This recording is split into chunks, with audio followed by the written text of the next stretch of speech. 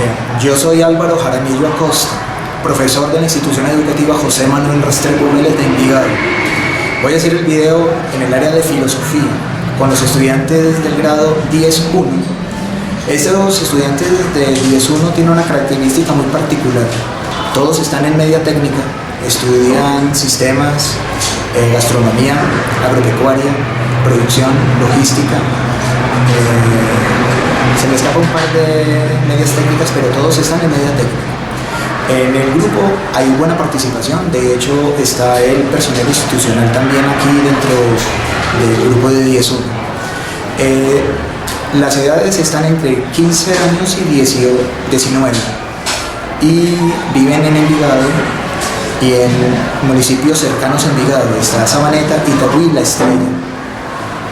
En la institución educativa José Manuel Restrepo Vélez es de orden público, está en ese momento nivel superior en el ICFES y tiene en ese momento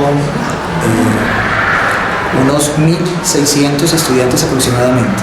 Hay 6 décimos en los que yo les dicto filosofía y el video de hoy va a estar relacionado con antropología filosófica. Vamos a hablar de los conceptos básicos y de los principales filósofos clásicos, Sócrates, Platón y Aristóteles, y vamos a preguntarnos qué es el hombre, de qué está compuesto, cuál es su quehacer en el mundo y cuál es su función. En este punto en particular quiero hacer referencia a lo que van a hacer los estudiantes ahorita. Ellos ya tienen previamente un análisis de antropología clásica. Ellos tomaron nota en el cuaderno, o hicieron mapas conceptuales, o hicieron plegables. Ahorita entonces lo que ustedes van a observar será unas conclusiones en las que los mismos estudiantes van a reelaborar los conceptos básicos filosóficos de los 3 principales filósofos, pero dichos por ellos, y van a ver que ellos se están involucrando en los conceptos filosóficos. No solo están repitiendo filosofía, sino que se están involucrando con ellos. Van a hablar de la virtud, van a hablar del alma, van a hablar del dualismo, van a hablar de la áurida, del alma sensible y concupiscible, van a hablar del alma irascible y del alma racional. Y por el lado de Aristóteles van a hablar del alma vegetativa, sensitiva e intelectiva. Por último, entonces, haríamos una referencia de cuál es esa importancia que tiene el ser humano en la vida cotidiana, en la sociedad y en el lugar histórico que les toca vivir. Buenos días para todos. Buenos días. Para dar comienzo a la sesión de hoy, 20 de noviembre, les hablo del tema principal, antropología filosófica clásica. Tenemos entonces este objetivo, comprender qué es el ser humano, cuál es su ser, en qué consiste su quehacer en el mundo y qué importancia tiene el ser humano en el mundo. Lo vamos a ir desarrollando a partir de las exposiciones que ustedes me van a colaborar así. Vamos a identificar unos conceptos que vamos a tener claros ahorita, lo van a colocar, lo van a ver en el tablero, lo vamos a explicar con las palabras de ustedes. Si lo dibujaron también lo pueden hacer, pueden mostrar de su cuaderno si quieres exponer, o lo dices con tus palabras. Vamos a hacer relaciones de los diferentes planteamientos sobre la pregunta por el hombre en la época clásica. El mapa de la clase va a ser el siguiente. Vamos a empezar con una reflexión que el señor Contralor del salón me va a ayudar con ella, y luego vamos a empezar a abordar los principales filósofos para que nos vayamos organizando un poquitico en el orden de investigación de la exposición. Cuando yo vaya a llegar al autor, pregunto qué quiere exponer y Nicole en la relatoría nos va a ir dando la palabra para que así todos o los que más puedan participar. Vamos a dar comienzo entonces. La reflexión va a iniciar con un preconcepto.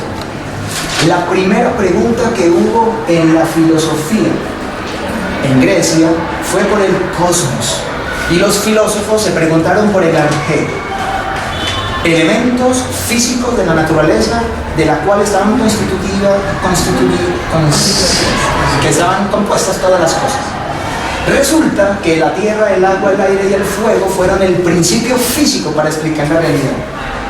Ya cuando toda la realidad estuvo explicada desde lo físico, ya Pitágoras y todos los otros filósofos comenzaron a hablar de elementos un poco más abstractos, hablando del número, y cuando ya la naturaleza física quedó resuelta, la segunda pregunta importante de la filosofía es la pregunta por el hombre.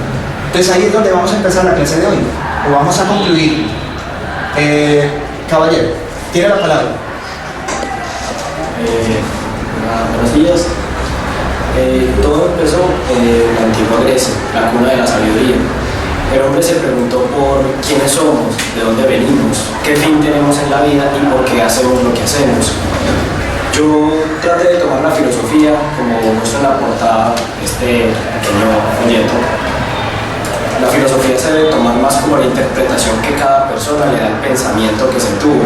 No solo se trata de leerla y tratar de resolverla, sino asimilarla, entenderla y poder interpretar qué era lo que se quiso expresar en el momento. Muchas gracias. Vamos a hablar de un elemento básico para poder abordar la pregunta por el hombre, y es el concepto del autoconocimiento. ¿Quién me desea colaborar con ese concepto? El autoconocimiento a dónde nos lleva, qué es lo que hace que el ser humano se pueda apropiar del saber y hablar del autoconocimiento. Vamos a hablar del autoconocimiento, vamos a hablar del alma y también vamos a hablar de la virtud. Estudiantes, ¿quiénes desean hablar de Sócrates? Empezaría, Nicole. Sebastián. Nicolás. Daniel. Entonces, empezamos. Sócrates, ¿cómo define el hombre? ¿Y por qué es tan importante hablar del autoconocimiento? Bueno, en mi folleto yo básicamente tomé las ideas principales de Sócrates. ¿Cuál es la naturaleza y la realidad última del hombre? Es decir, que el hombre primero se tenía que conocer a sí mismo para después conocer a la naturaleza, para después empezar a entender cómo funcionaba el cosmos y cuál era su fin y su propósito en el mundo. Entonces, ¿vieron entonces? El autoconocimiento es un punto de partida. El ser humano se pregunta por él y luego se pregunta por el resto de la realidad. Nicole, ¿quién sí? Para darnos la introducción ya estuvo Romero y ahora nos va a hablar del alma Diana. ¿Tiene la palabra? Mi nombre es Diana. Entonces, Sócrates, de acuerdo a Sócrates, lo que constituye la naturaleza humana es la virtud, entendida como el saber actuar bien. Para Sócrates, el que actuaba bien era virtuoso. Entonces, tenía que... Miren que hay un asunto particular. El alma se cultiva con el conocimiento, y una persona culta actuaría bien.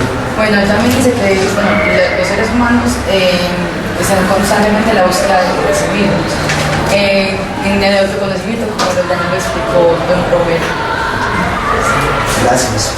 ¿Quién continúa? Nicolás Patiño nos va a dar las conclusiones del alma, el autoconocimiento y la virtud. Buenos días, mi nombre es Nicolás Patiño.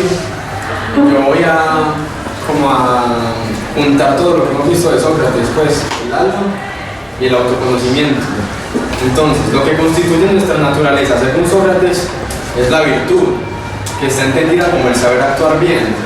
Para Sócrates, el hombre es esencialmente moral, por lo tanto debe ser respetuoso con las leyes, para así alcanzar la virtud.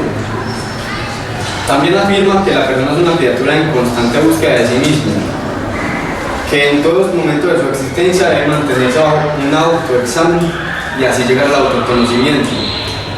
El ser humano se distingue en Sócrates para poder dar una respuesta racional a cualquier pregunta que se haga sobre sí mismo. Miren la relación entonces desde Grecia, que cultivar el espíritu cultiva el accionar. Ustedes miren que un asunto se vuelve moral y es acción. El ser humano busca el bienestar y ese bienestar se comporta como virtud. ¿Quién continúa? En este momento ya pasamos de Sócrates a Platón. Y sigo yo con la cárcel del alma. Según Platón, buenos días, mi nombre es Nicola. Según Platón, la cárcel del alma era el cuerpo, porque para él el alma trascendía de años en años, así el cuerpo ya no existiera, porque el cuerpo era solamente como el fin, el medio para llegar al fin. Eso fue lo que yo quise representar cuando pues en todo este periodo, cuando hablamos de Platón, y fue que el ser humano se divide en dos, en alma y en cuerpo. El alma es el espíritu, la libertad y todo lo que el ser quiere ser, todo lo moral. El cuerpo solamente es lo que el alma usa para llegar a ese propósito. El alma se purifica a través de acciones. Las acciones buenas conllevan a que el alma siga trascendiendo de cuerpo en cuerpo. Las acciones malas hacen que el alma se quede encarcelado en un solo cuerpo. Entonces se tiene que anclar a otros para poder trascender. Es lo que llamaríamos entonces, muy bien, Nicole, lo de la reminiscencia. Cuando el alma transmigra, miren que el alma es eterna y el cuerpo es efímero, es temporal, entonces es muy difícil que un alma se purifique en una sola vida, según Platón, y necesita varias vidas sucesivas buscando la purificación. Entonces ahí es donde nosotros necesitamos resolver, ahorita que estamos hablando de Platón, el concepto de liberación. ¿Cómo es que se libera el alma? Y eso lo podemos ver a continuación. Por lo pronto, bajo el concepto que me acaba de decir Nicole, ya te voy a dar la palabra a Diana, es el concepto de dualidad. Y notaron una diferencia muy grande. El cuerpo lucha porque el alma quiere surgir. Y el problema es que el cuerpo tiene unas pasiones, tiene sentidos, y los sentidos entonces son los que en un momento determinado no dejan que el alma se supere. ¿Quién continúa si me haces el Camila Montoya nos va a hablar del áuriga. Camila, tiene la palabra. Buenos días, yo soy María Camila y voy a hablar del áuriga. El áuriga, según Platón, era la parte de la razón, del alma, que decía si se iba más al alma irascible o concupiscible. Y me basé en lo que escribí en mi plegable y en el documento que nos dio el profesor. Noten que Platón tiene algo muy particular, tiene como un puentecito, el cochero. Y háganse de cuenta que lo que me dice Camila sobre el áuriga es esa persona que está encima de ese coche manejando dos caballos. Vamos a mirar quién nos va a colaborar hablándonos de esas dos fuerzas. Verónica nos habla del alma irascible y el alma concupiscible. Verónica, tiene la palabra. Buenas, yo soy Verónica y voy a hablar del alma irascible, la concupiscible y la razón. Entonces, Platón nos enseña que nosotros tenemos dos partes, que el alma se divide en dos, la irascible y la concupiscible, pero también nosotros tenemos una razón, que es la que nos diferencia de los animales. Esta es la única que es inmortal. Entonces ya está la irascible, que es como la parte buena de nuestra alma, la que se fija en los sentimientos. Esta es mortal. Y está la concupiscible, que es la parte mala, que es la que se fija en los deseos mundanos. Bueno, entonces, para Platón decía de que las almas corruptas se van al Hades. Y ahí continúan en torno al sepulcro. Y después, finalmente, se enlazan a otros cuerpos, hasta que queden unas almas ya puras. Y las que ya son puras pasan a la plenitud. Y la plenitud es el conocimiento, la idea. Miren que con lo que dice Verónica podemos recordar un mito cuando se dio cosmología. El mito del carro alado. Correcto. Que son los dos caballos, los cuales tenemos que tener siempre estables los dos, sin que uno se vaya para un lado al otro, porque si pasa eso, los dos nos vamos a balancear hacia un lado malo o un lado bueno, y siempre hay que tener los dos firmes en el mismo nivel. Lo que decía Camila sobre el alma, que es esa parte racional, que es la que domina esas dos fuerzas opuestas. Por eso el dualismo de Platón es una lucha constante. ¿Quién continúa? Bueno, yo les voy a colaborar nuevamente con las conclusiones. De Platón hemos aprendido que el cuerpo se divide el ser humano, en su esencia se divide en dos, alma y cuerpo, que a su vez el alma se divide en el alma irascible y el alma concupiscible. El alma irascible es el que perdona y es bueno y hace las acciones con buena fe. El alma concupiscible es el que se deja llevar por las emociones, las sensaciones y el placer.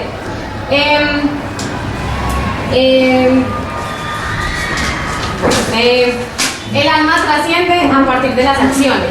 Si las hace buenas, trasciende. Si las hace malas, se tiene que enlazar a otros para poder conseguir lo que desea.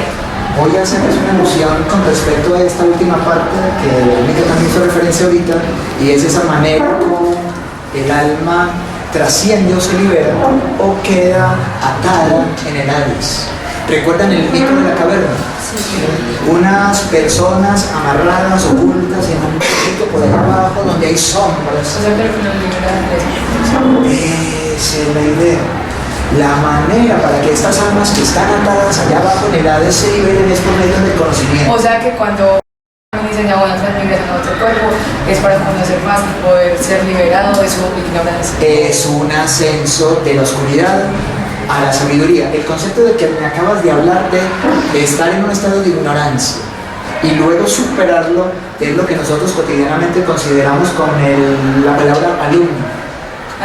La persona que no sabe, que está en la oscuridad, que busca la luz. Es que mire, alumbrar, alumno. Por eso es que ya a ustedes no se les llaman así, se les llama estudiantes. Porque ustedes están en igualdad de condiciones que nosotros, porque igual tienen sabiduría, buscan el saber y estamos en esa constante perfección, esa búsqueda que es la que libera el alma. Muy bien. Camila nos colabora con la última conclusión de Platón para seguir con Aristóteles. Bien, Camila. Yo quería decir que es muy importante también recordar que Platón hacía mucha alusión a que el cuerpo era el que nos llevaba a la muerte, él era el que moría y el alma era la que trasciende. Entonces, según lo que yo escribí aquí en mi plegable, el cuerpo encierra el alma y Platón plantea que el cuerpo es el originario de todos los males, pasiones y discordias. Y el alma es la dueña del espíritu, la libertad y fuerte de bien y de la felicidad. Miren que le dan una connotación moral. De ombligo para arriba somos muy buenos, y de ombligo para abajo, si fuéramos a dividir el cuerpo en dos, somos muy pasionales. Ahí es donde efectivamente desde los clásicos comenzamos nosotros en Occidente a hablar de la idea como algo muy bueno y de la pasión, de los sentidos como algo muy malo. Entonces, la lucha que tiene el ser humano es cómo superar lo físico, sus pasiones y los sentidos, y cómo llegar a ser buenos nobles. ¿Quiénes desean hablar en este momento de Aristóteles? ¿La mano? Bien, entonces, Nicole, ayúdame diciéndome 1, 2, 3, 4. Y ahorita hablamos de conclusiones. Entonces, para hablar de Aristóteles, mire que Aristóteles fue estudiante de Platón. De Platón había estudiado, pues, o sea, trajo de nuevo la idea que tenía Sócrates sobre que el cuerpo estaba pues unido por sustancias y así. Entonces, ¿ese concepto cómo se llama? Y le mostró. Eso, ese es el concepto. Entonces, profe, ¿por qué nos ayuda con la teoría del Lemorph? Perfecto. Es que ya voy.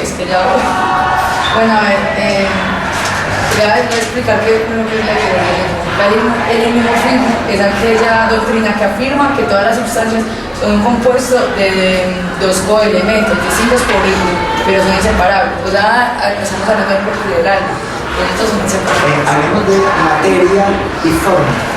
Materia y forma. Entonces, tendremos que decir entonces en términos antropológicos que la materia de nosotros es El cuerpo. el cuerpo. Y la forma Y es general. eso y es lo humano. Es persona, ser humano. Entonces ahí es donde nosotros podemos empezar a relacionar lo que antes Platón había unido, que Platón había separado. Aristóteles entonces dice que el ser humano es una unidad sustancial entre su ser físico, materia, y su ser trascendente, el alma o la persona. Entonces es la forma humana.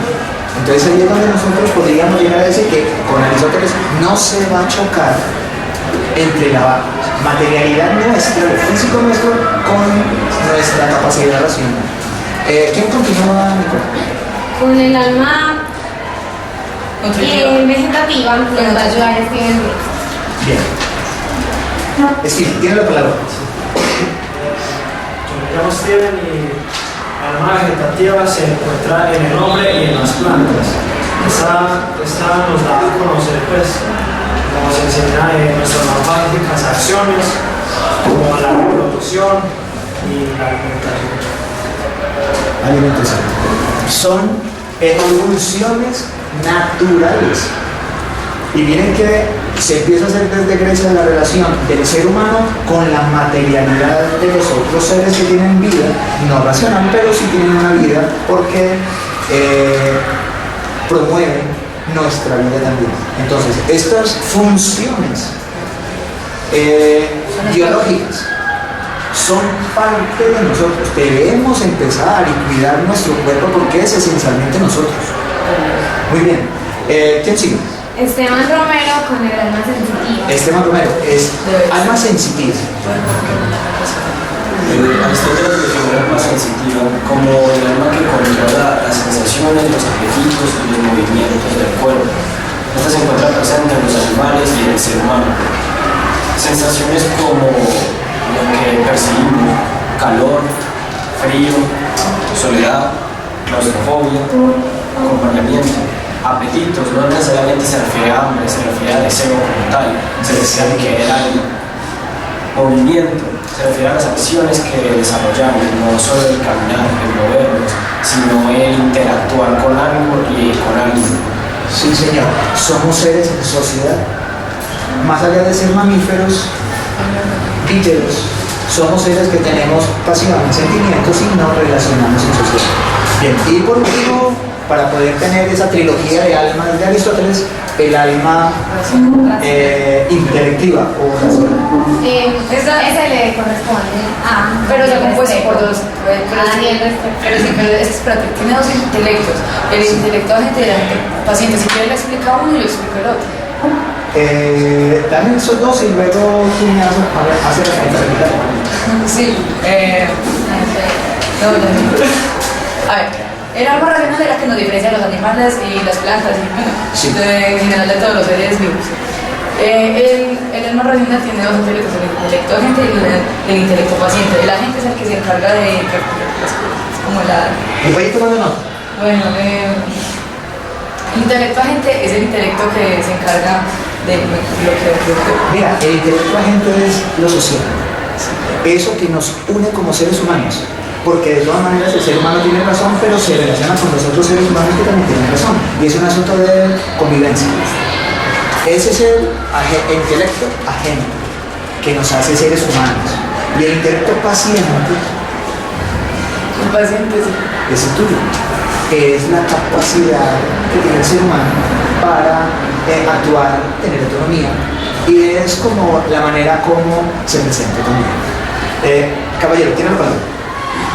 Yo soy Daniel y creo que el alma intelectiva es lo que hizo prácticamente Aristóteles para separarnos entre nosotros de los animales, porque con lo que planteaba Platón nos unía básicamente y decía que éramos demasiado parecidos a los animales, pero Aristóteles con separándonos con las tres almas definió que el alma vegetativa era básicamente la de las plantas, pues lo de el básico sustento para vivir. Si la sensitiva la tienen ya los animales y la comparten con nosotros. Los animales tienen las dos primeras y nosotros tendríamos a tener la vegetativa, la sensitiva y la intelectiva, que es la última a lo que hace referencia. Esa es la razón, y no solo a actuar con el alma sensitiva y buscar las cosas que se desean, sino a saber qué cosas tiene que buscar y saber que está pensando eso. No solo pensar las cosas y sentirlas, sino saber que las está pensando y sintiendo. Entonces, miren, no va a quedar tan alejado la definición que plantea Aristóteles del ser humano, que es un animal político. Y miren que si el alma agente es la que nos permite ser sociedad, mire que el alma paciente es la que permite que haya liderazgo también, que te distingas, que te proyectes. Entonces, en ese momento podríamos llegar a decir que Aristóteles une lo que en la tradición anterior Platón había separado, y el ser humano no va a luchar contra sus fuerzas naturales, sino que antes las apropia, trabaja con ellas, y es como el principio de la ciencia natural. ¿Para qué vamos a pelear con la naturaleza si somos naturaleza? ¿Para qué vamos a pelear con nuestra furia interior, con nuestra paz interior, porque tenemos esa cuota de animales, pero tenemos la capacidad racional de no ser simplemente borreguitos, como rumiantes nomás, sino que tenemos una capacidad de discernir, ir más allá y proyectarnos. ¿Alguien tiene algo? Apunte, porque me gustaría empezar a sacar unas pequeñas conclusiones. Conclusiones. De Aristóteles. Caballero, preséntate y tiene la palabra. Mi nombre es Pablo Batista y yo haré una pequeña conclusión de Aristóteles. Él dividió el humano en tres almas: el alma vegetativa, sensitiva y intelectiva. La vegetativa tiene sus funciones naturales como la de la alimentación, la sensitiva como nuestras acciones y sentimientos, y finalmente la intelectiva, el razonamiento y conocimiento sobre Si ya tú quieres, yo puedo hacer la conclusión de la antropología clásica filosófica. Te doy la palabra enseguida porque tengo una mano también con respecto a Aristóteles. Aristóteles en una comparación entre los... Dale, ¿vas a comparar Aristóteles con quién? Es como el tratamiento de Aristóteles y Platón con Sócrates. Bueno, perfecto. Vamos a entrar entonces en términos de relación de conceptos y conclusión. Pueden apoyarse de los plegables, de lo que escribieron en su cuaderno o la abiertamente. Entonces, tiene la palabra tú y luego tiene la palabra de puedo ir haciendo algún tipo de referencia en la medida que ustedes van a ver. Sí, claro. Que por ejemplo, en el principio Sócrates fue el primero que planteó todo esto.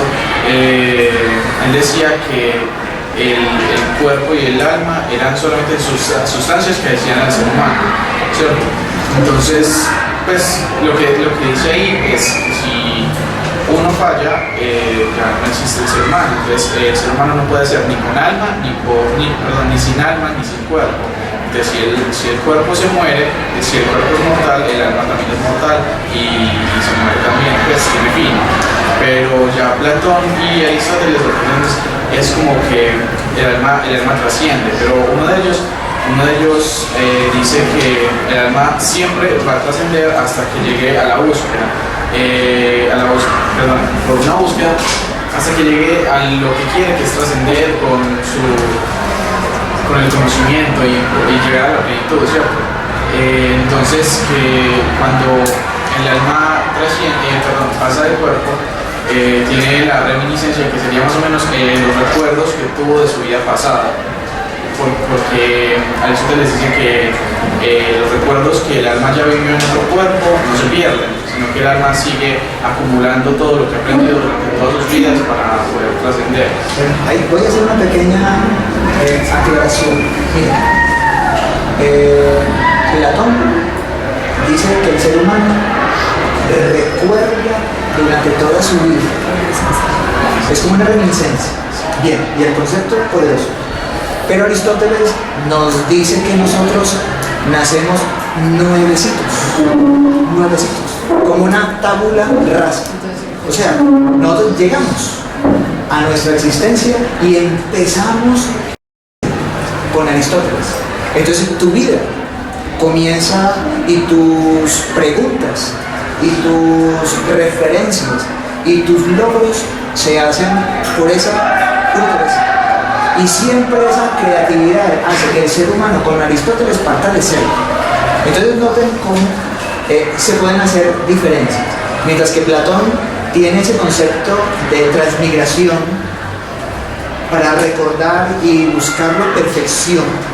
Con Aristóteles la vida es una y se debe vivir plenamente. Y adicionalmente no se viene con ninguna idea innata, sino que las adquirimos y las desarrollamos individualmente durante el recorrido de la vida.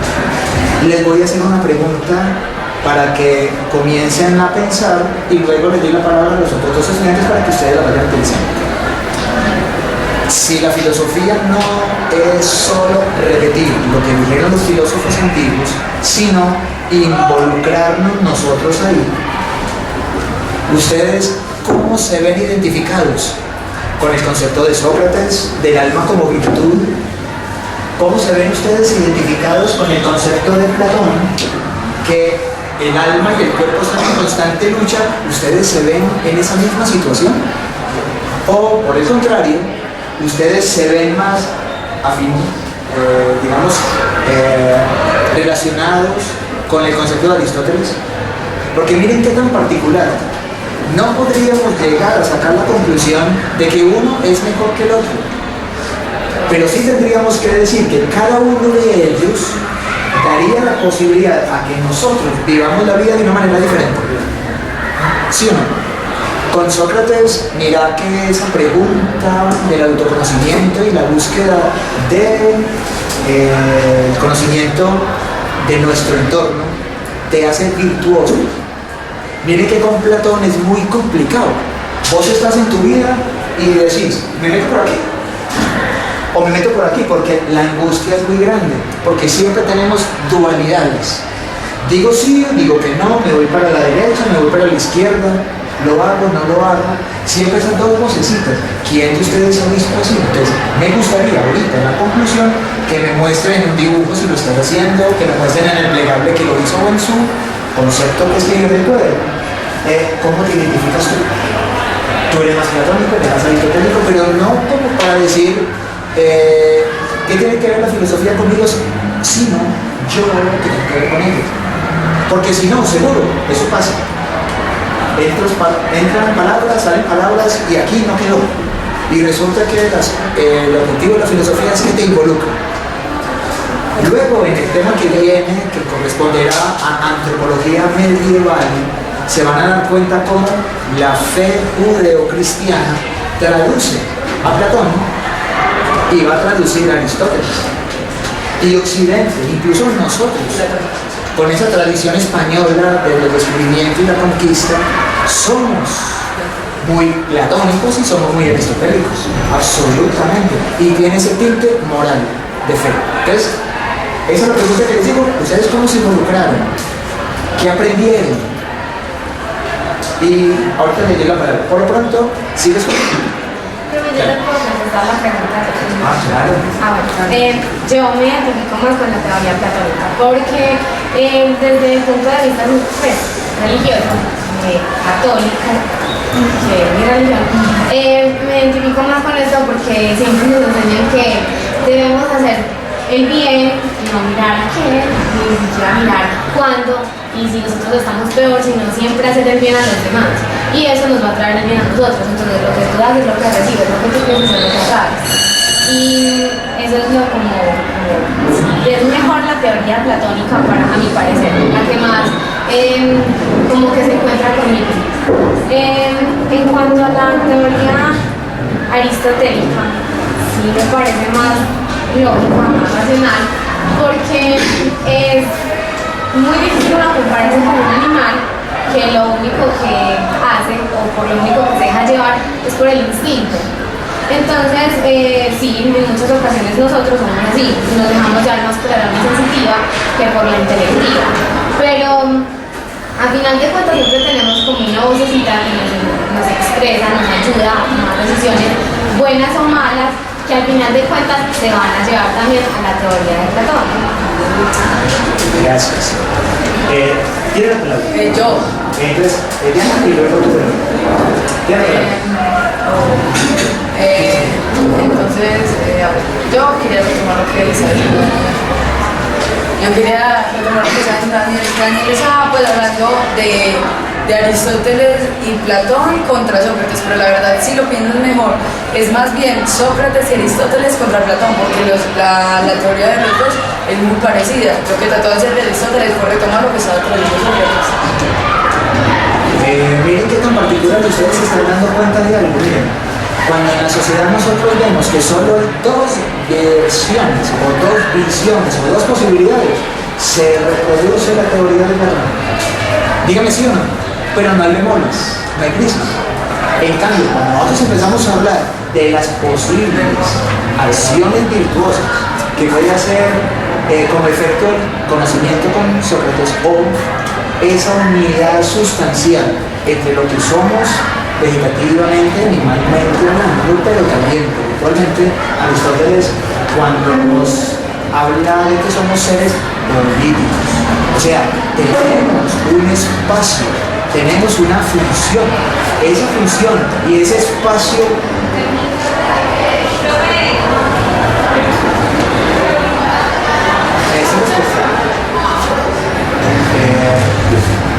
ese objetivo que tiene el ser humano de ser social es lo que nos permite tener roles en la sociedad. Por eso es que Aristóteles va a decir que el ser humano es esencialmente un ser político. Por eso yo les pregunto, si ustedes están en filosofía en décimo, sus decisiones lo configuran, hacen su presente, pero con una teleología, con una meta que va desarrollando esa función que te constituye individualmente, pero que te hace parte de la sociedad, es la que en un momento determinado nos hace virtuosos también. Esa búsqueda de la felicidad y el bienestar es la que en un momento determinado nos ayuda a ser lo que somos como seres humanos. Pero, para mí también, pues estoy de acuerdo con Paul. Pues para mí, yo me caracterizo y me parezco a lo que decía Platón, porque también lo pongo como en el término del catolicismo, de que por ejemplo para nosotros el Hades es el infierno y la plenitud es el cielo. Entonces nosotros siempre estamos comunicados al alma irascible y la cuestión visible de que si vamos por un camino del bien o del mal. De que si vamos por el camino del bien vamos a alcanzar la plenitud, o sea, el cielo. Y que si vamos por el camino del mal vamos a alcanzar el infierno. Pero la única diferencia que dice de Platón es que yo no creo que todo trasciende de un alma a otra. Yo solo creo en la plenitud y en la, digamos así, y ya se lo gracias. Caballero, tiene la palabra. Yo sí pienso, pues como decía Diana, puede que de pronto sí sea un poquito más lógico esa Sócrates y ese filósofo Platón, porque vamos a ver, pues en algunos de los trabajos hablan de la reminiscencia y la transmigración, pero yo pienso que las dos teorías sí, pues a todos nosotros nos tiene que importar las tres teorías, porque cada quien tiene un pedacito de una, y no es que digamos todo el mundo sea solamente platónico, solamente aristotélico, pero si uno se guía, digamos, con lo que siente. Por ejemplo, yo no creo que sea tanto la transmigración y porque no me suena digamos tan lógico que uno, digamos, en esta vida tenga que aprender ciertas cosas que en la vida pasada no logró aprender solamente para trascender, ¿cierto? Yo pienso que es más, como lo decía Nelson, uno llega a la vida y depende de las decisiones que tome en esa simple vida, ya trasciende o se va a la vez.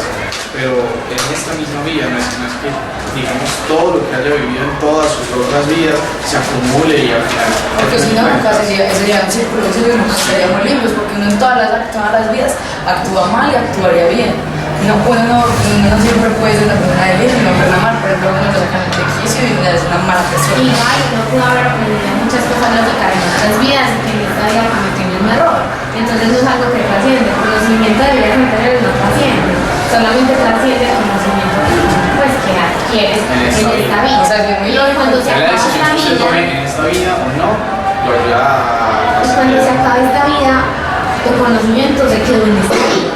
Cuando reinicias tu nueva vida, reinicias tu nueva vida. Miren, les voy a plantear lo siguiente, porque lo que ustedes me que están es haciendo... como el oriente Ese es el punto.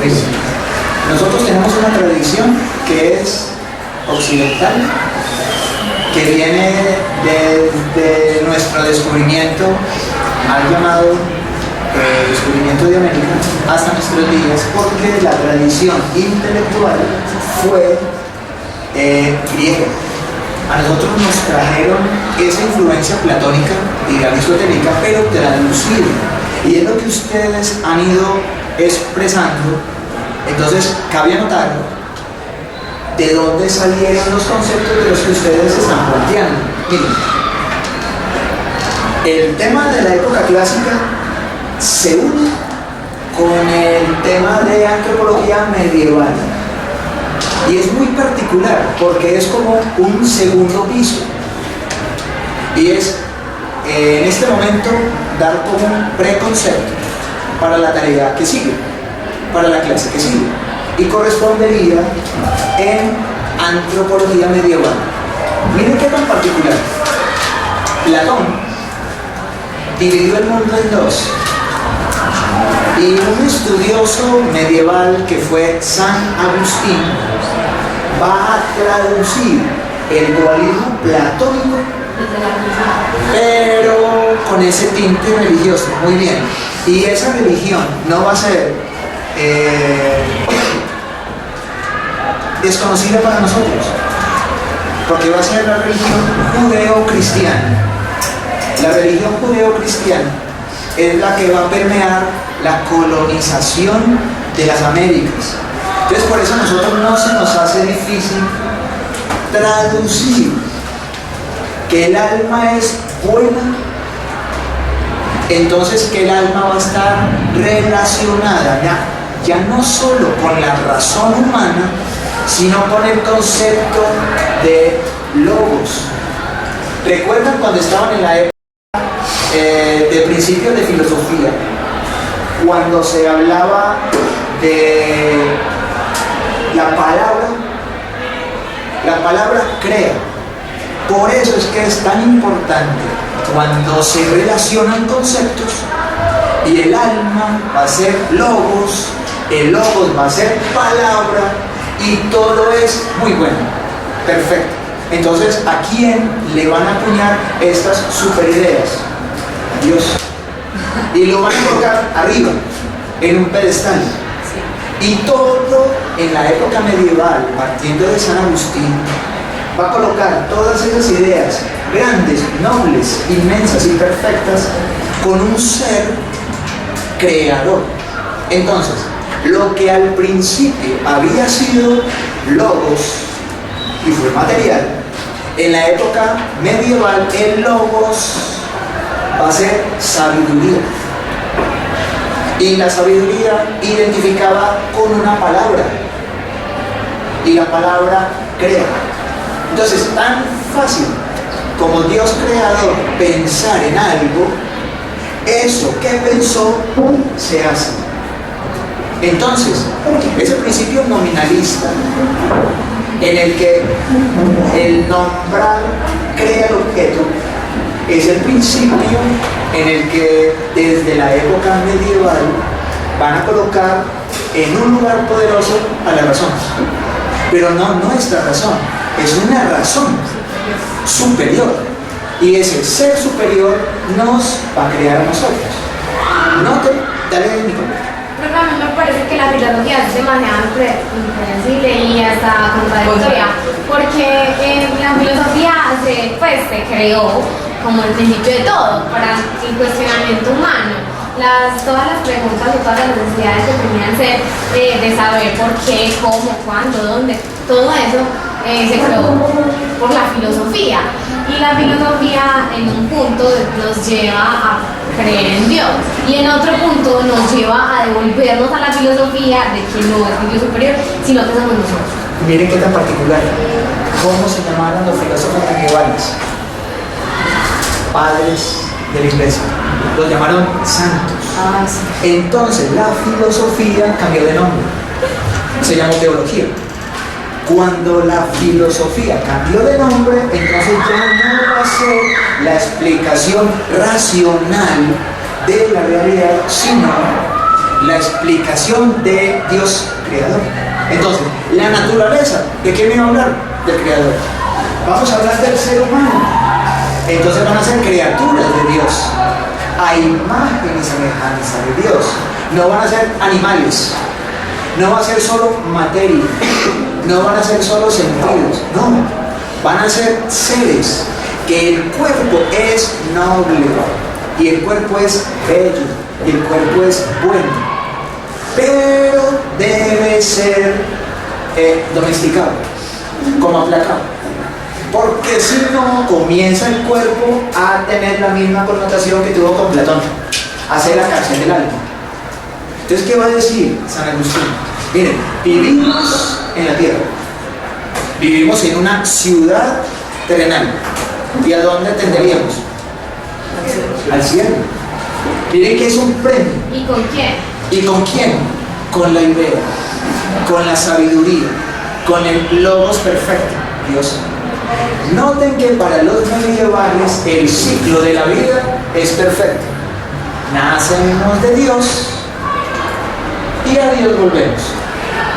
Ahora, muy particular la manera como San Agustín va a hablar del cuerpo. Si bien fue creado bello, si bien fue creado desnudo, comienzan a darle un tinte moral. El cuerpo hay que cubrirlo, el cuerpo es pecado, los sentidos, las pasiones nos van a afectar la trascendencia. Ya no la van a llamar transmigración, no, la van a llamar resurrección. Pero miren, el cuerpo es corrupto y balado, y el alma trasciende una vez. Te premia y vas a la plenitud, donde están logos. Y miren que es muy parecido a haber estado como esa alma purificada de Platón, pero ya no va a ir a un lugar donde están las ideas de Platón, sino que va a ir a ese lugar de plenitud donde está el Creador. Entonces, nace de él y regresa. Entonces, muchachos, para ir finalizando, les agradezco mucho la participación. Sé que hay unos estudiantes que tomaron la palabra y gracias, pero les voy a pedir que los que no me ayudaron con la palabra me dejen, por favor, los trabajos que hicieron de análisis o las conclusiones que tomaron, porque así entonces podría ser que si usted no me toma la palabra, me lo escribe. Ahorita yo se lo recibo, pero miren que efectivamente hubo participación general, así usted no me hubiese hablado, si hicieron desarrollo del concepto. Les agradezco entonces a todos la participación, el trabajo que logramos hacer, pero queda una tarea. La tarea es con la que yo les empecé, perdón, la tarea es con la que yo concluí, que es el tema que sigue, antropología medieval. Pero ojo, no se parte del cerebro, se parte con la tradición clásica y se va traduciendo con San Agustín y Santo Tomás, que veríamos entonces en una próxima oportunidad. Les agradezco a todos la participación. Para las conclusiones, terminamos con antropología clásica de Sócrates. ¿Sí? Alma es accionar, autoconocimiento es lo moral y la virtud es actuar bien. Con Platón, el dualismo, muchas vías para la purificación. El áuriga es el alma como tal. El alma irascible, la nobleza, el alma concupiscible, deseos mundanos. Con Aristóteles, el dimorfismo, cuerpo y alma, alma vegetativa, la alimentación y funciones básicas, funciones naturales, el alma sensitiva, sensaciones y deseos, y el alma intelectiva, intelecto, agente e intelecto, paciente. La comparación de cómo te identificas con estos conceptos y los términos que adquirimos del próximo tema, antropología medieval, que la palabra sería logos, el logo sería palabra, sería sabiduría igual a Dios. Logos es sabiduría, igual a creer, igual a San Agustín, que es igual a Dios. Pues para esta antropología es un ciclo perfecto porque nacemos de Dios y volveremos a Dios, pero con las buenas acciones que se dieron en Platón. Le pregunto a todos los estudiantes, ¿alguien desea tomar la palabra final? ¿Una duda que haya quedado? ¿Sí? ¿Todo? ¿Queda? Bueno, entonces la tarea que queda entonces será abordar entonces antropología medieval y luego haríamos conexión conceptual de la época clásica y lo medieval y vamos entendiendo cómo se transforma el concepto y cómo nos llega a nosotros a nuestra vida cotidiana. Muchas gracias a todos.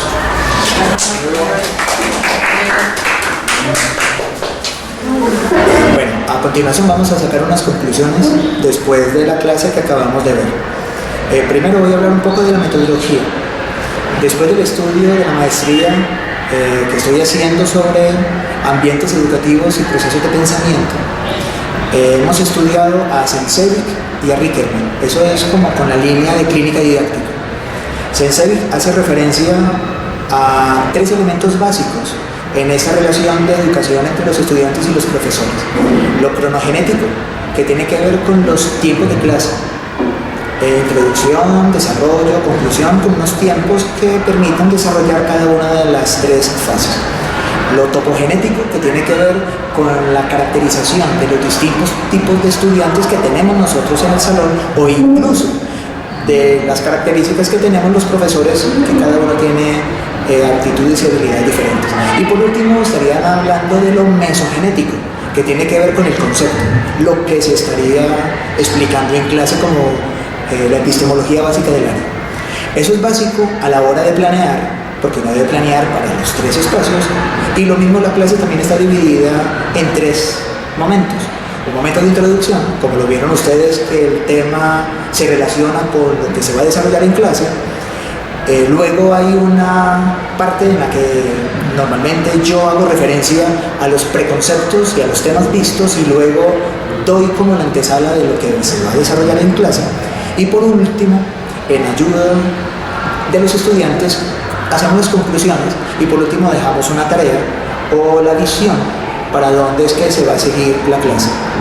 En ese caso en particular me parece para rescatar de los estudiantes es el interés general en el área de filosofía, pero yo no puedo desconocer que no a todo el mundo le gusta enfrentarse a conceptos filosóficos. Entonces por eso es que debemos nosotros motivar a los estudiantes que les llama la atención la ciencia social o las humanidades, de los estudiantes que no tienen ese gusto. Entonces por eso nosotros, en la manera como ellos exponen o entregan el trabajo, no les pido solo que me hagan un resumen o un mapa semántico o un plegable, sino que ellos tengan la posibilidad de presentar en clase lo que ellos hacen en texto, en explicación verbal o en ilustraciones gráficas, como lo pudieron percibir en algunos plegables dentro del salón. Muchas gracias.